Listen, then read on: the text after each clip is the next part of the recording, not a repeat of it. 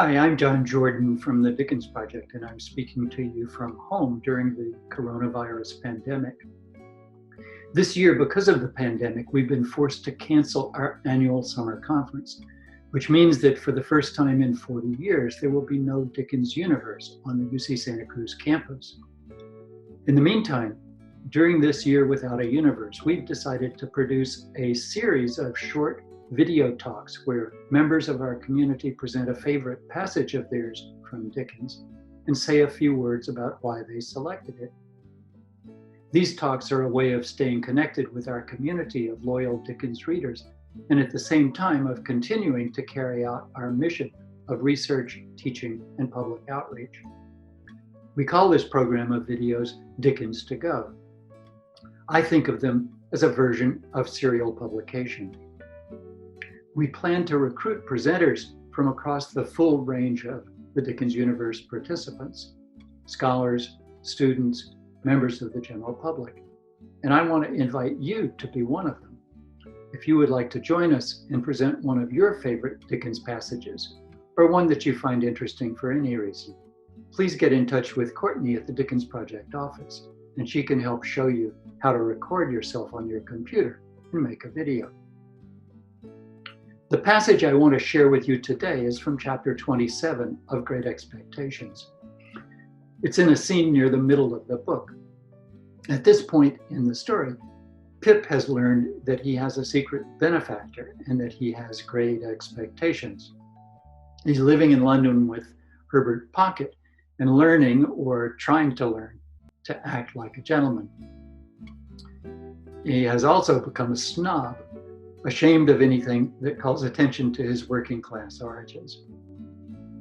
In this scene, Joe Gargery, the blacksmith, comes up from the village to deliver a message from Miss Havisham and pay a visit to his dear friend Pip. It's an awkward meeting for both of them. Pip is eager to have the message from Miss Havisham, whom he mistakenly believes to be his mysterious benefactor, but he's not entirely pleased to see Joe, who is a reminder of the working class past that he wants to forget. Joe is happy to see Pip, but he feels out of place in the city. He senses that he's wearing the wrong clothes and he has a hat that he doesn't quite know how to keep under control and that keeps falling on the floor. He calls Pip Sir in recognition of the gap in social class that he feels opening up between them. As the scene moves toward an end and Joe gets ready to leave, he suddenly realizes that this may be the last time he will ever see Pip, and that it may be the last chance he has to say goodbye to his friend. All his awkwardness and formality melt away, and he addresses Pip in the voice of their earlier friendship. In his own way, he turns philosophical about the act of saying goodbye, and his language becomes almost lyrical. So he speaks to Pip and says, "Pip, dear old chap, life is made of ever so many partings welded together, as I may say, and one man's a blacksmith, and one's a whitesmith, and one's a goldsmith, and one's a coppersmith. Divisions among such must come, and must be met as they come." It's a lovely passage, homely, but at the same time poetic. I think of it as a small piece of blacksmith poetry. It's also an important passage for Dickens more generally. The key word here, of course, is partings, which Joe uses both literally and as a metaphor. Joe is a craftsman who knows the materials of his trade. For him, partings are literally small pieces of metal that a blacksmith cuts and shapes and welds together to form a chain. Metaphorically, partings are separations or goodbyes, or divisions, as Joe calls them in his working class accent. And his point in speaking to Pip is to remind him that partings are an inescapable fact of human existence. Life is made of ever so many of them. They must come, he says, and must be met as they come. Joe also knows, and this is his larger point, that each parting, each goodbye is a small foretaste of what Dickens elsewhere calls the final parting, that is, of death. Joe is older and wiser than his young friend, and he speaks here with the knowledge and wisdom of accumulated life experience. But along with its meditation on the inevitability of separation and loss, Joe's lovely phrase about partings welded together carries a more positive and life-affirming message, one that resonates across all of Dickens's writing. Like Joe, Dickens is a craftsman who knows the materials of his trade, and those materials also include partings of different kinds. For one thing, partings are small pieces of writing, chapters or serial installments, and partings welded together is a pretty good metaphor for the process of serial publication, the way that weekly or monthly parts are joined together to make a novel. Partings for Dickens are also passages or scenes of separation and loss, the sentimental farewells and deathbed scenes for which his novels are famous.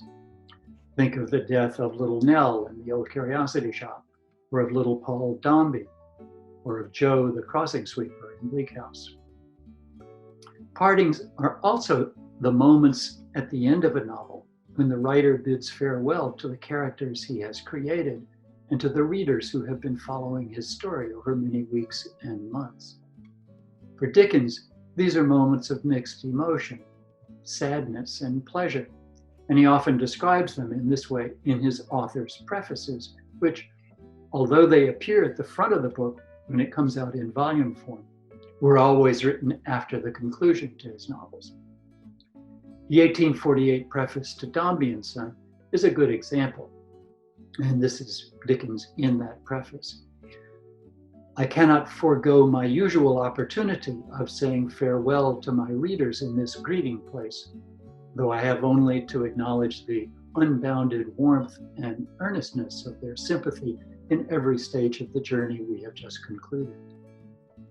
If any of them have felt a sorrow in one of the principal incidents on which this fiction turns, I hope it may be a sorrow of that sort, which endears the sharers of it one to another.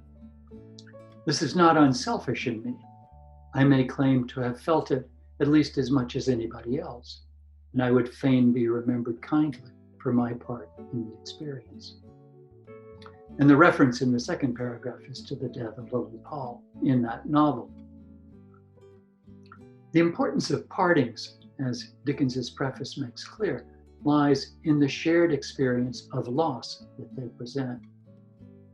Partings are a reminder of our common mortality, and that recognition in turn unites the sharers in it as a community. It endears them one to another. It strengthens the bonds of sympathy and affection that hold them together.